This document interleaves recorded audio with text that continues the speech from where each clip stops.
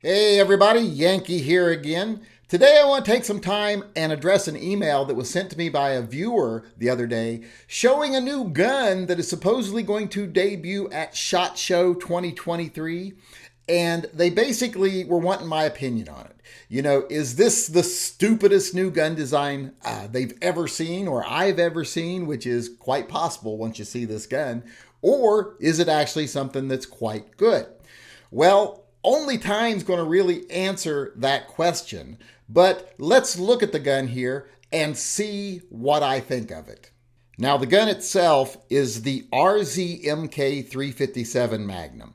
Now, unfortunately, the company that makes its name is Zenk, Z-E-N-K, not Z-I-N-C, but it still makes me think of zinc, like a cheap pot metal gun, when I see that name. But in reality, this gun is actually all stainless steel. Now, as you can see here, it's kind of an odd duck.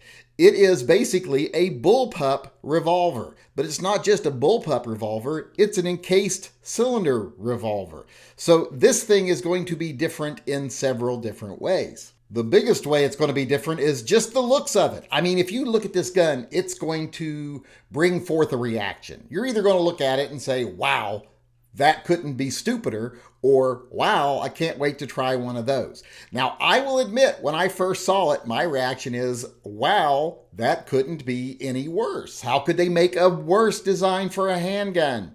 But then as I started paying attention to it, I started thinking, you know what? Why should I be so judgmental about new designs and stuff? I should give them a chance. So I started thinking about it a little more, and I started thinking, well, you know, I could see where this gun could have some advantages. Now, the manufacturers themselves say that one of the biggest advantages of this gun is that it handles recoil better than a regular revolver because of the design. It shoots easier. Well, I don't know if I buy that or not. Only time will tell and experience will tell on that. I'll have to shoot it and see, but I really can't see how that's possible since one of the things they've done, or two of the things they've done, is raise the cylinder and bring it further back. That puts the impulse of energy originating higher up and further back from your palm. That seems to me like it would make it recoil more, but I am not an engineer, so I do not know. We'll have to wait and see if that's true or not true, but that's one of the major advantages they state for this gun. Another advantage they note for this gun is that unlike a regular revolver, you don't have a problem with getting your finger too close to the cylinder gap. There's no big open cylinder gap where you could get yourself a nasty burn if you put your finger in the wrong place.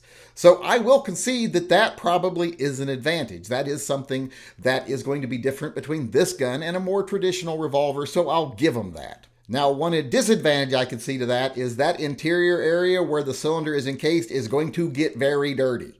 You're going to have to clean it quite regularly. But, you know, if you're someone like me that cleans your gun every time you shoot them, that's not going to be a problem because you are going to clean it every time you shoot it. If you're someone that waits a few times, this gun might get really, really dirty. I would worry about it getting so dirty that it interferes with the actual mechanism of the gun. And speaking of the mechanism of the gun, I don't understand how this gun works at all. Like I said, not an engineer, and even looking at it, you know, I am pretty familiar with the workings of most guns, but I can't really figure out how that trigger is going to transfer the energy or the movement to a firing mechanism that is sitting up higher without any lower linkage. I don't see where it links up. When you look at this picture here, it looks like it's just a solid piece of metal that clips in down to the lower part. I don't see anything that is a moving part there. So it makes me think, well, where does the mechanism connect? Is it at the front of the cylinder?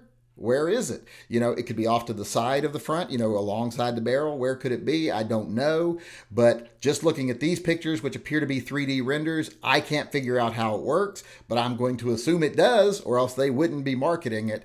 So I'm really anxious to see how this gun actually fires. But like I did say there, I think cleaning this gun is going to have to be something you do more often than you would on a regular revolver.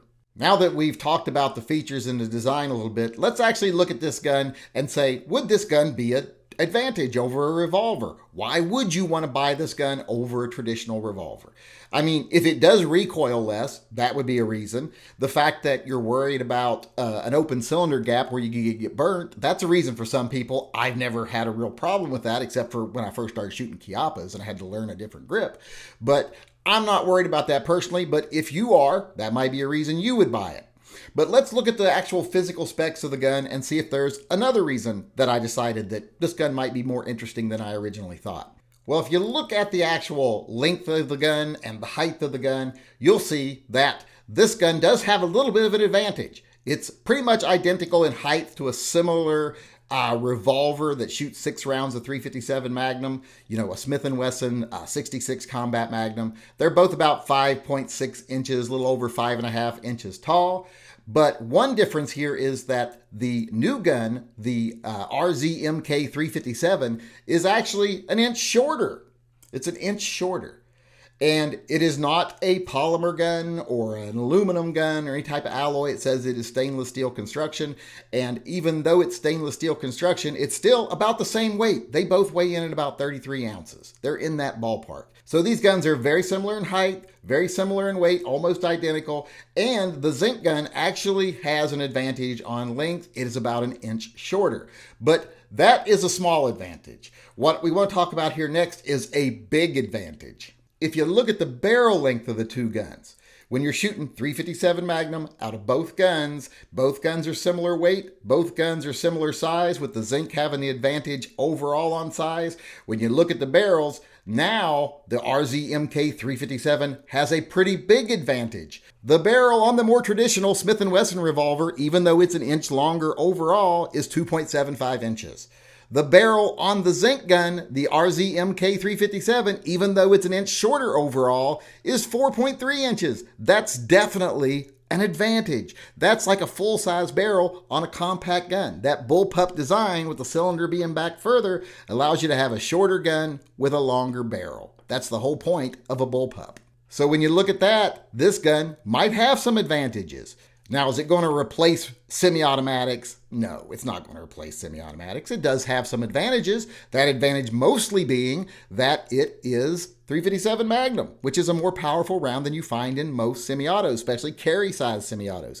Even 10mm is not as powerful as .357 Magnum. .357 Magnum has greater maximum potential. So that's a big advantage. But like I said, is it going to replace semi-automatics? No, because it doesn't have the capacity of most semi-automatic guns, and it doesn't have the different types of triggers like semi-automatic guns. This is double action only.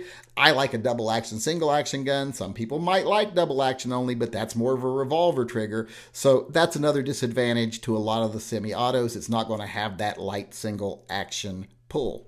And is it going to replace traditional revolvers? No, traditional revolvers are not going to be replaced by this gun. It does have some advantages, like we said, that longer barrel, that enclosed cylinder so you don't have to worry about burning your fingers off. Those are advantages. And if it handles recoil better, like they say it will, that's also an advantage. But revolvers have advantages over this gun. You can get more rounds in them. They're going to be a little bigger, but you can get more powerful rounds, 44 Magnum. They've been proven with time to be reliable. They're just, overall great guns that have advantages over this gun. They have single action capability, which this gun doesn't have. Now, there are revolvers that are also double action only, but I prefer double action, single action. So I consider that, like I said, a disadvantage. But even with that, it does have, like I said, its advantages over revolvers, and it has its advantages over semi-autos. Will it replace either one? Definitely not. Is it very interesting? And could it be a good gun? Well, maybe. Time will tell. But if it does turn out to be a decent gun, is it something that's going to look really cool, be very different, and be something I would definitely like to own? Well, on that I have to say, absolutely.